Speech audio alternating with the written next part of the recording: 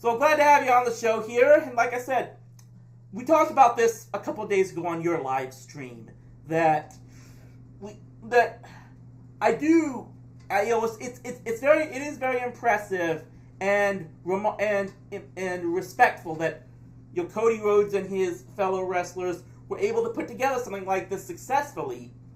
But this to me just says that, for me, the real question that now is here is, if they could successfully promote an event like this into selling 10,000 tickets, why can't the people running Ring of Honor or the NWA do something like that themselves? Well, it's hard because first off, name recognition and a lot of other things. And by the way, according to I think Fightful.com, it's just a recent thing. This came out, I think, after the podcast was over. In fact, yeah, this came out Tuesday. I'll send you a link, and I think for here it says, according to the Wrestling Observer, the gate for the event was around $458,000, $458,000 for and such. Between All In, the Star Cast, and Fight pulled in over 1 million internet pay-per-view sales. Well, that's very impressive. And let's see, Fightful also you had, but then again, that does not actually include the Ring of Honor purchases or the traditional pay-per-view numbers. So they did not talk about that. The 0-hour viewers average around 200,000 viewers on WGN America, and Pro Wrestling Tees pulled in nearly $500,000 in sales that weekend. So it's there is a lot of positives coming from from this whole shindig, which is pretty much just me. My WCW-ness is coming out. It reminds me of what the NW, it was like sold out, was going to be, but actually was performed a lot better, with better announcing, better everything else, which, gosh, sold out in 97, which, was just, terrible. But anyway, I think that when you look at what All In was about, I think you can do something like this. But my fear is what you pretty much said, how you're going to actually manage the egos and such, is how you're going to have championship matches, and where's it going to be? It's going to be a continuous event, storylines, you have to take place in storylines. Heck, you had the previous Impact, which was before All In, Moose, who was a babyface, working as a babyface, the hero and such, got the crowd behind him. He just turned heel on Impact. He turned against Eddie Edwards, I believe, and joined up with Austin Aries, which is a whole mess to begin with too. And then you have him on Saturday coming out, and he's like, doing the same stuff that got the crowd behind him. And I'm like, how is that going to work in the continuity rise and such at the show? Is it going to be not mentioned or that sort of thing? Is this a one-off? Would you say that would be a worse heel turn than even what WWE has done with Becky Lynch? Oh, no. Trust me, I think this is funny enough, I think this is actually a war squandering of potential. It reminds me of an old TNA or Impact Wrestling wrestler called Monty Brown. Someone who has so much momentum, a dude that actually people cared about, and then they turned into a villain, a heel, and then the crowd just turned against him. He never got that momentum back. He just became just a fixture. He wasn't even part of the main event anymore, even though he could have been. They just basically said, okay, just make Jeff Jarrett this world beater, even though no one really cared about Jeff Jarrett. I like Jeff Jarrett. He's a Hall of Famer. I believe he has his his well points. But man, I'm like, they really thought he was the king of the. I'm like, he was like, this is God. I'm like, you had all these other talents which are popular in WWE right now: AJ Styles, Samoa Joe, James Storm, all these other guys that not James Storm, Bobby Roode, all that stuff. It's just I mean, waste of time, but that's again, I don't want to get into that. But yeah, it's when you have momentum, and if you want to go to the Becky Lynch stuff, is that my fear about that is that when you have momentum, when people love this character, and you tell them that they're a villain and such, guess what? People are just going to say, you know what? I'm not going to, it will bring in more apathy. And that's what I say with Roman Reigns. It's just every time it's just booing, but it's just apathy. I mean, I that's the reason why, Rowdy, I couldn't really do like a WrestleMania review or anything. It's just this apathy, anger, bitterness at the main event to the point I just couldn't. I couldn't even watch the rest of the match because of him and Brock Lesnar. That's probably a debate for another time. Is given the fact that Reigns has surpassed and become the #1 merchandise seller in WWE, there's clearly some people that do support him. They're just I do. For me that's a whole. It's kind of a fractious issue at the very least. By the way, we want to shout out to Writer's Block here for pointing out that Jeff Jarrett maybe just wasn't the guy to carry the company. Could be a top character, but not a Steve Austin or Hulk Hogan or John Cena type. Heck, I wouldn't put him as a Triple H or anything else. I think he's like a pillar, but not an important one, and such. But again, I feel like I hijacked, so I apologize. No problem. Definitely love having someone to talk to finally about something like this. I want to get back going back to the All In pay-per-view. Obviously, but for the most part, the reaction to it seemed to be very positive by those who watched it. Unfortunately, there was one factor that seemed to at least get some criticism. Unfortunately, because something I can't disagree in, and that would be the surprise revival of Joey Ryan at the end of it. And oh boy, you would not believe what I ended up getting into, and I had to just butt in and join in some Twitter conversations regarding this. The IWC went on fire again over something like this, saying that Joey Ryan and his whole gimmick, and his wanting to basically his gimmick of being a 70s porn star version of Val Venus or something along those lines. Now it's ruining wrestling. It's taking all the honor out of it. Of course, you got a guy like Jim Cornette who's railing left and right about this, and that's the one thing more than anything else that I just cannot agree with these guys and saying, look, your organization, your sport, as it will, and I know people don't like me saying this. I know friends of mine don't like me saying this. Well, Writer's Block does apparently like Joey Ryan's gimmick. Hey, it's not for me even. Look, I don't necessarily care for it, but I got a lot of respect for Joey Ryan because this is a guy who had the guts to flat out say kayfabe needs to die, which it does. And that's what the point I'm getting at here, because this is one thing some people might not like me saying this, but anytime someone talks about how a guy like Joey Ryan or the cartoony style of wrestling that a guy like a Jim Cornette can't stand, saying it's taking all the honor and seriousness out of pro wrestling, I'm saying, guys, your sport can never be taken seriously to begin with. Nobody respects it because it's scripted. I keep saying this. I have friends who have worked or currently still work in sports media. I followed actual sports for 25 years. You follow actual sports, Duke. I mean, you made it clear you're a big-time fan of the current Stanley Cup champion Washington Capitals. We'll throw that out there for you. But you of all people, then, according to me, you gotta understand. You would definitely understand. There is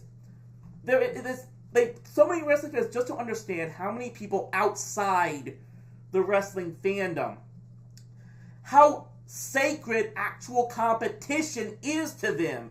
And the main idea that, one, the fact that pro wrestling is a predetermined event, and two, that for decades before Vincent K. McMahon came into it, kept trying to convince people that it was real, and being just their flat out dishonesty that, for my money, borders on criminal up to this time. That's why pro wrestling continues to have disdain among a lot of people in actual sports and in the actual mainstream. And I as a sports fan, as a wrestling fan, I enjoy wrestling because of the theatrics of it. Especially because I'm a theater alum myself. I'm going to go see Hello Dolly tomorrow. That's why I'm still trying to follow live theater, which is something I absolutely enjoy. And it's why I enjoy watching wrestling, because it's an athletic version of live theater. But I can't take it seriously as an actual sport, especially not since 2010, 2011, when I went through the ups and downs of my teams, like the Rangers and the Mavericks, competing for actual championships for the first time in my life. I've been that ultimate high and the ultimate low of the Rangers in 2011 losing the World Series in the absolute worst fashion possible. Don't want to go into those details again now, but just that. Oh. But because I've seen how much intensity and how much the psychological pressure of actual competition is, I can't put pro wrestling in that same category. Yes, it takes a lot of effort. It takes athleticism. I never denied that. But so many wrestling fans just don't understand how much of a difference taking out the psychological and mental pressure of actual competition makes. And that's why I just said, look, you can enjoy pro wrestling. You can appreciate the effort a lot of people do to try to put on a good show. But I just can't take it so seriously, especially as far as the fact that it has to mean everything to a potential wrestler to be champion. Whether or not they're...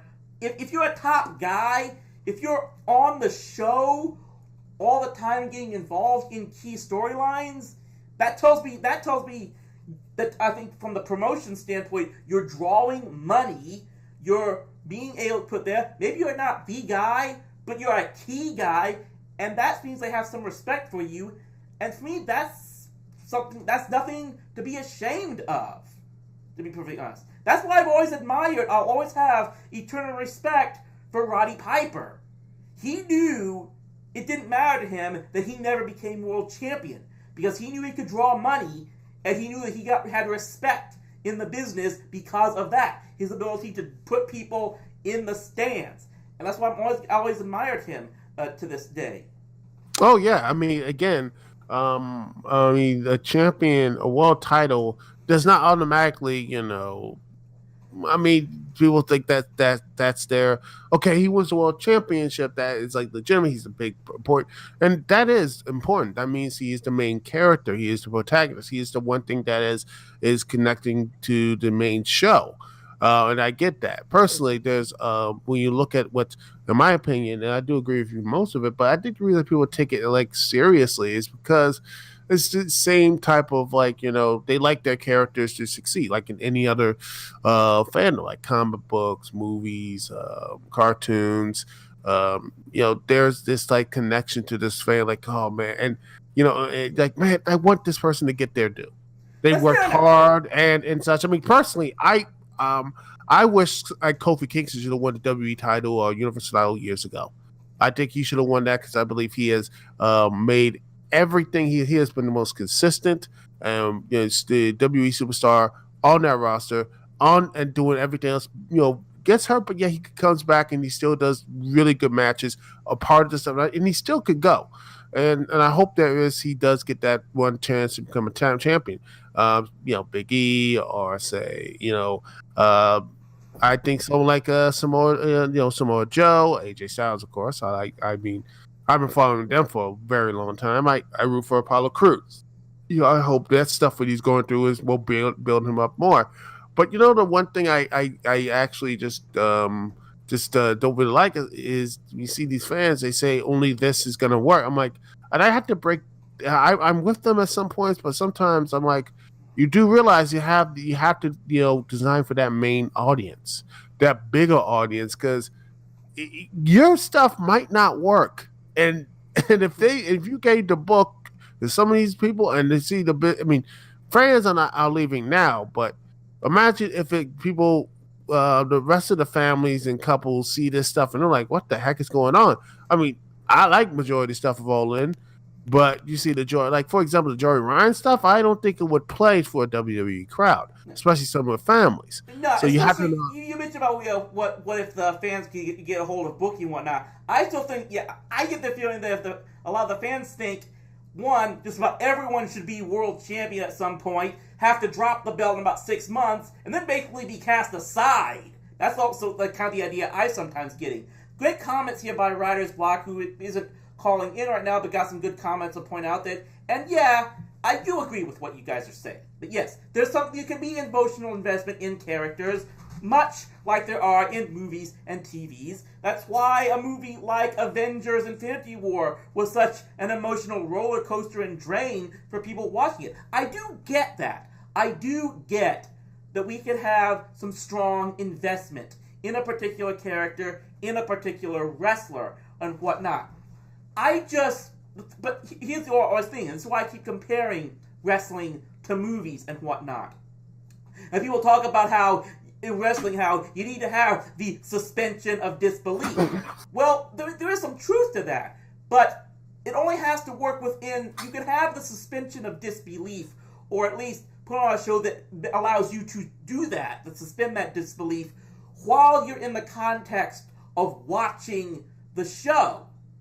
But I can't agree with these people who seem to suggest that they have, that like 2 hours after they leave that show, or even 2 days or 2 weeks after, they still think that what happened in that arena, in that ring, was actual authentic competition. They still need to believe that in order to have enjoyed it. Look, when I left Avengers Infinity War, I knew none of those actors were really gone.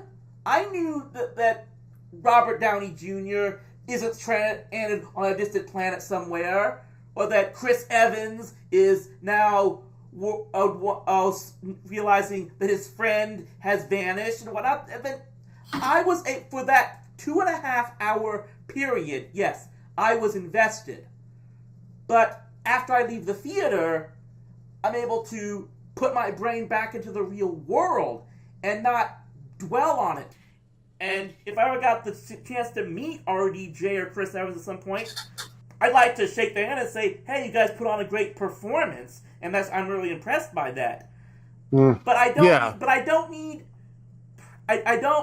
just don't understand why so many wrestling fans seem to get this idea that they have to still believe 24/7 like what happened in that ring was actual authentic competition in order to enjoy it. I'm sorry to say go something this blunt about it, but if you need that, you got some issues. I'm sorry to say that. And believe me, I've had a number of people block me on Twitter and other social media, including Cornette himself, I believe, for daring to actually say stuff like this. And you know what? At this point, I'm wearing that as a badge of honor. I'm funny enough. I follow both of y'all, and I just sit back and drink my tea and eat my popcorn and such. But yeah, and you know the most interesting thing about this, about all of this stuff, about this the wrestling stuff, is that connection to people, and I think people do because I mean, when you look at what Ring of Honor is, builds that stuff up, and I get that that's their audience, and I think that's a good way to change themselves to actually say this is more of a making, and I think that's one thing I think WWE they can do, which I think if Ring of Honor gets that big TV deal, they can press to say their matches have consequences. Everything in that ring matters. Look at WWE, you see the same stuff over it. It seems like there's no consequences. Everything goes back and forth, nothing really moving up and down for the most part. Ring of Honor, and I believe, or Impact, or whatever, if they do get that big deal, the one thing you have to push is every show, a TV show, a drama, there's consequences. And heck, I know you don't like this show, and you'll probably have some issues with it, but Lucha Underground, they deal with consequences in wrestling and such, and everything. There's always a consequence to the actions, even with something positive or something negative. I've called Lucha Underground like the Game of Thrones of wrestling, and I never cared for Game of Thrones, but But it's Yeah. your stuff. I'm the guy who likes the cartoony action cartoon type of stuff myself personally. Same here. But when you see when I look at the Lucha Underground, and I see there's positive stuff. I mean, Aerostar and Drago. I made a tweet. Such like that. I said this is the best friendship of all pro wrestling. Dude went through so much to get his best friend back from the mind control of the reptile tribe. Did everything, even joined their own rival and such to get that. To Shades, I'm like, this is wow, this is really good. And it was actually a powerful payoff, and it didn't need a championship belt or anything else. I'm like, why can't wrestling be that? Why can't wrestling have like feuds and things that actually emotionally tie you up, succeeding, winning, failing, doing these type of things? And I am like, that's what wrestling is. That's what, and the thing, the most frustrating thing is, WWE can do this, not the whole violent stuff. I mean, no, I don't think you could do that, especially with all the craziness and all the stuff that's going with the brain and traumatic stuff. And WWE wrestlers are dropping like flies anyway. Well, you got to remember, WWE, when it talks about what they can get away with doing in the ring, people think that, remember, Vince McMahon has the ultimate final say to everything. No, well, Vince McMahon's got to answer to network executives, and he's got to answer to stockholders. That's two areas that WWE has to deal with, that for what it's worth, the other promotions don't really have to. Oh, yeah, that's true. And eventually Ring of Honor, all these other guys who do, well, Impact Wrestling, had, and, oh, goodness, if I could go out, they didn't do well in that part. Let me just say about Impact Wrestling, they didn't do too well at that. But we gotta get back to this point. Is that I think that, but if WWE wants to say they make movies, I'm like, you can have that. You can definitely do a WWE universe, just making every match mean something. You can have your announcers there, but also just have it more like the cartoony world. Be more cartoony. Be more in that stuff, in that big arena. Make it more these shows and such like that. Lucha Underground make everything feels like a character, like how Lord of the Rings does with the setting, make it a character. They could do that. They can do all this stuff. They can have consequences. They can have plot progression, like Ryder Brock is saying. They can, and when they don't. And I put this in the fault of Vince McMahon, because he, at the end of the day, is that right? It's booked. The show is booked to his own standards, and I understand he has to talk to everyone else, and he's made his billions of dollars, and he's gonna make another billion in 10 years because of big deal of Fox and USA. But at the end of the day, he has to take that responsibility. The show, he's the main writer, he's the main focus stuff, and that's what it is. And before I let go, Chris, because this was a really fun conversation. I don't want to take up too much of your time, since, again, I rant. We all do. Yes. But the thing is, I believe that the WWE can do this. I believe the WWE can look and say, I know I take flack for this, because I am, I'm one of the few people who has this weird connection. Actually like, say, movies like, the Avengers and Cap. I mean, heck, I still like Batman v Superman and Dawn of Justice. And I'm like, even if you look about their stuff, there's actually consequences to their actions. There's actually something, plot progression. And I sit there and I watch these movies. I'm like, and I get this like, why can't WWE do this? They want superheroes. They have the opportunity to have the wrestlers into superheroes, and they do, but they keep messing things up. And when the wrestlers do, I looked at, there was an interview with Zack Ryder, who was like talking about his whole rise to stuff like that, and he said, let me see if I can find this, because again, this is just tells me let me see if I find it right here. It was Chasing Glory from the Lillian Garcia podcast. He's like, he was doing a YouTube show. He felt, he's like, the peak of popularity before he went to crapper, and he said basically he did everything to earn his spot on television, only see him just get completely just knocked down and destroyed, and he just basically felt bitter and just lost his mojo, and he finally got back again and such. And he blames himself for that. Like maybe he could have been better. I'm like, dude, you worked hard to get yourself into that position. You shouldn't be blaming yourself to say, "Oh, I got over WWE didn't want me to go." I'm like, no. This notion of blaming yourself for messing WWE's plans and actually say, "Oh crap, we got a popular superstar. Let's see if we could do something. He's not world title material. Let's see if we could put him into a mid card event or anything else to make sure he's important." What did they do? They basically embarrassed him. And I'm like, no wonder no one tries hard, WWE. No wonder they just get it plain in their head that if you even reach that star and level, you're done. You're not going to get any type of any chance by Vince, by these guys. And I'm like, and I sit there. That's the frustration. I think that's the main frustration is that they can do it, but they just have this narrow thinking of like this is our plan. We can't get away from our plan, and if anything develops, if it's positive or negative, we can't shake off this plan.